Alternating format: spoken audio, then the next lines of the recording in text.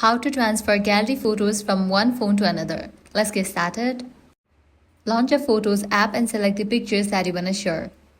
The process is similar for Android and iOS device. Once you have selected the photos, now what you have to do is click on the share option. If you want to share the photos from iPhone to iPhone, you can use AirDrop.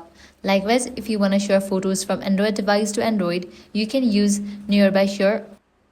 So here you're gonna find list of options. You'll need to select AirDrop for the iPhone device, and for the Android device, select the option Nearby Share.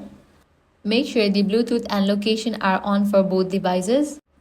Now here you're gonna find the device name to whom you wanna send the pictures. You'll need to click on that.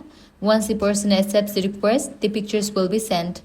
In case you wanna send pictures from Android to iPhone or iPhone to Android, what you can do is download Google Photos app on both devices. Then log into the same Google account on both. On the old phone, go to Google Photo settings and turn on backup and sync. Wait for the upload to complete. Now open Google Photos on the new phone. Your photos will be there, ready to download or access anytime. And that's it. This way you can easily transfer gallery photos from one phone to another. If this guide helped you out, do not forget to like, share and subscribe.